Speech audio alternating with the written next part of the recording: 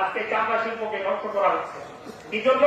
যে এই চামড়ার মাধ্যমে তারা গবেষণা করে দেখেছে যে এশিয়া মহাদেশের মধ্যে পাকিস্তান, ভারত, বাংলাদেশ এই তিন দেশে এই কোরবানি চামড়ার মাধ্যমে মাদ্রাসাগুলোতে ছাত্ররা দিন শিখতেছে। এখন এটাকে নস্বাত করার জন্য এমন লাই তৈরি করেছে ভারত ও চামড়া রেট কম। এই জন্য ভারত সিদ্ধান্ত নিয়েছে মাদ্রাসাগুলো যে চামড়া রেট যদি কেউ 100 টাকা বলে আপনারা চামড়া বের করবেন, সমস্ত চামড়াকে মাটিতে পুঁতে দিবেন, হয় নিজে ব্যবহার করবেন নয়তো মাটিতে পুঁতে দিবেন। কেন দিবেন?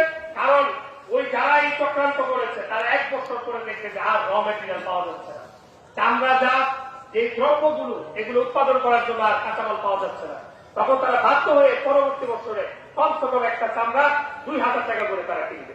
এই জন্য তারা সিদ্ধান্ত নিচ্ছে আমাদের দেশে চামড়া যেহেতু এত রেট কমে গেছে, গত বছর আমাদের মাদ্রাসা অনেক এমন ভাবে চামড়া দিচ্ছে চামড়া